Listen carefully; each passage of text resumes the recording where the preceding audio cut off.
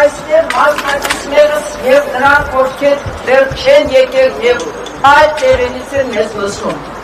Դադարեցրեք Մինսկի խմբի համանախագահության ցրելու մասին ձեր անօգնական, ձեր անգործունակության մասին խոսող հայտարարությունները։ Պահանջում ենք օր առաջ Ռուսաստանից,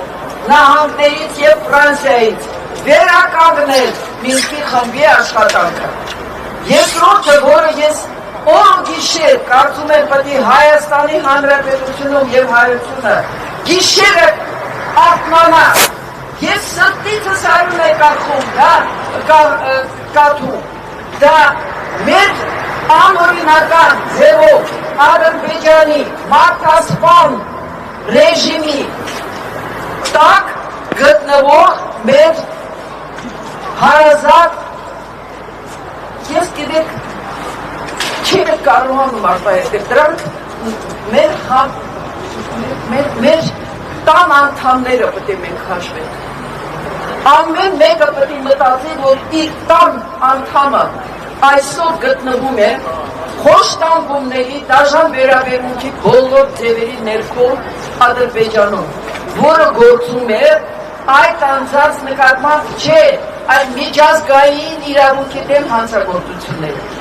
Եվ դա կոչվում է մարդասիրության դեմ հանցագործություն։ Պահանջում ենք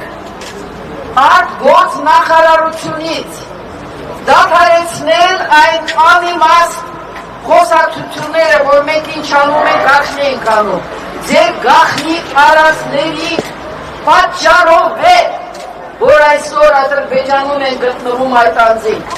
Պահանջում ենք օր առաջ նեյտրալ պետության դիմել, թեկուզ նույն Շվեյցարիայի, դիմել բոլոր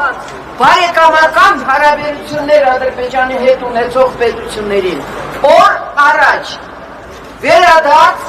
մեր անօրինական Ադրբեջանում պահվող մեր եղբայրներին։ Շնորհակալություն։